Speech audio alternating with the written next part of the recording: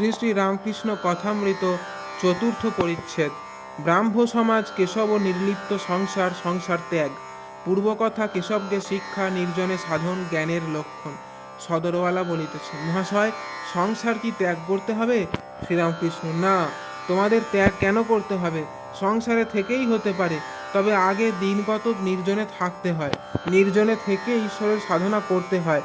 বাড়ির কাছে এমনই একটি আড্ডা করতে হয় যেখান থেকে বাড়িতে এসে অমনি করে একবার ভাত খেয়ে যেতে পারো। কেশব সেন, প্রতাপ এরা সব বলেছিল, মহাশয়, আমাদের জনক রাজার মতো। আমি বললুম, জনক রাজা অমনি মুখে বললেই হওয়া যায় না। জনক রাজা হেট মুন্ড হয়ে আগে নির্জনে বসে কত তপস্যা করেছিল। তোমরা কিছু করো, তবে তো জনক রাজা হবে। অমুক খুব তরতর করে ইংরাজি লিখতে পারে, তা কি একেবারে লিখতে পেরেছিল? সে গরিবের ছেলে, আগে একজনের বাড়িতে থেকে তাদের রেঁধে দিত আর দুটি দুটি খেত, অনেক কষ্টে লেখাপড়া শিখেছিল, তাই এখন তরতর করে লিখতে পারে। কেশব সেনকে আরও বলেছিলুম, নির্জনে না গেলে শক্ত রোগ সারবে কেমন করে? রোগটি হচ্ছে বিকার। আবার যে ঘরে বিকারী রোগ, সেই ঘরেই আচার, তেঁতুল আর জলের জ্বালা, তা রোগ সারবে কেমন করে? আচার তেঁতুল এই দেখো। বলতে বলতে আমার মুখে জল এসেছে। সকলের হাস্য। সম্মুখে থাকলে কি হয় সকলেই তো জানো। মেয়ে মানুষ পুরুষের পক্ষেই আচার তেঁতুল।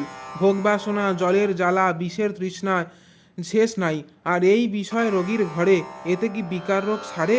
দিন কতক ঠাই নাড়া হয়ে থাকতে হয়, যেখানে আচার তেঁতুল নাই, জলের জ্বালা নাই।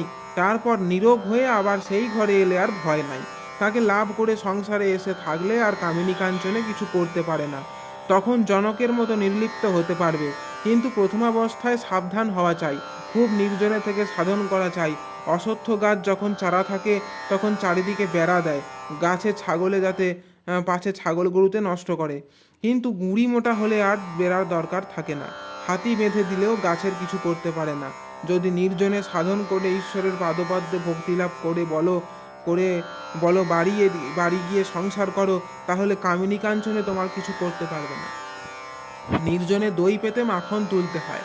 জ্ঞান ভক্তিরূপ মাখন যদি একবার মনরূপ দুধ থেকে তোলা হয়, তাহলে সংসার রূপ জলের উপর রাখলে নির্লিপ্ত হয়ে ভাসবে। কিন্তু মনকে কাঁচা অবস্থায়, দুধের অবস্থায় যদি সংসার রূপ জলের উপর রাখো, তাহলে দুধে জলে মিশে যাবে। তখন আর মন নির্লিপ্ত হয়ে ভাসতে পারবে না। ঈশ্বর লাভের জন্য সংসারে থেকে এক হাতে ঈশ্বরের পাদপদ্ম ধরে থাকবে আর এক হাতে কাজ করবে। যখন কাজ থেকে অবসর হবে তখন দুই হাতেই ঈশ্বরের পাদপদ্ম ধরে থাকবে। তখন নির্জনে বাস করবে, কেবল তাঁর চিন্তা আর সেবা করবে। সদরওয়ালা আনন্দিত হইয়া, মহাশয়, এ অতি সুন্দর কথা। নির্জনে সাধন চাইবই কি, ওইটি আমরা ভুলে যাই, মনে করি একেবারে জনক রাজা হয়ে পড়েছি। শ্রীরামকৃষ্ণ সকলের হাস্য। সংসার ত্যাগের যে প্রয়োজন নাই, বাড়িতে থেকেও ঈশ্বরকে পাওয়া যায়, এ কথা শুনেও আমার শান্তি ও আনন্দ হলো। শ্রীরামকৃষ্ণ, ত্যাগ তোমাদের কেন করতে হবে? যেকালে যুদ্ধ করতেই হবে, কেল্লা থেকেই যুদ্ধ ভালো। ইন্দ্রিয়ের সঙ্গে যুদ্ধ, খিদে তৃষ্ণা এসবের সঙ্গে যুদ্ধ করতে হবে।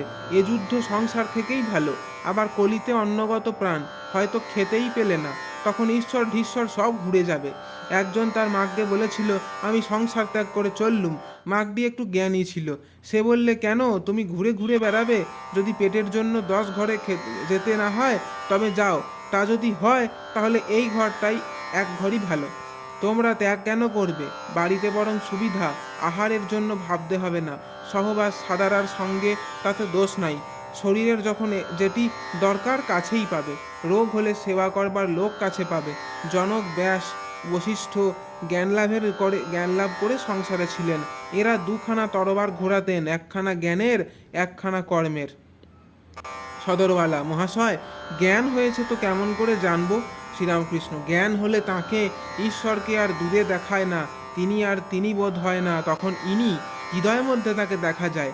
তিনি সকলেরই ভিতর আছেন, যে খুঁজে সেই পায়। সদরওয়ালা, মহাশয়, আমি পাপী, কেমন করে বলি যে তিনি আমার ভিতর আছেন? শ্রীরামকৃষ্ণ, ওই তোমাদের পাপ আর পাপ। এই সব বুঝি খ্রিস্টানি মত?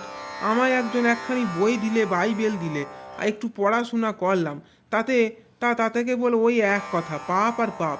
আমি তার নাম করেছি ঈশ্বর, কি রাম, কি হরি বলেছি, আমার আবার পাপ? এমন বিশ্বাস থাকা চাই, নাম মাহাত্মে বিশ্বাস থাকা চাই। সদরওয়ালা, মহাশয়, কেমন করে ওই বিশ্বাস হয়? শ্রীরামকৃষ্ণ, তাতে অনুরাগ করো। তোমাদেরই গানে আছে, প্রভু প্রভু বিনে অনুরাগ করে যাগ যোগ্য যাগ, তোমার কি যায় জানা। যাতে এরূপ অনুরাগ, এরূপ ঈশ্বরে ভালোবাসা হয়, তার জন্য তার কাছে গোপনে ব্যাকুল হয়ে প্রার্থনা করো আর কাঁদো। মাগের ব্যামো হলে কি, টাকা লোকসান হলে কি, কর্মের জন্যে লোকে এক ঘটি কাঁদে, ঈশ্বরের জন্য কে কাঁদছে বলো দেখি।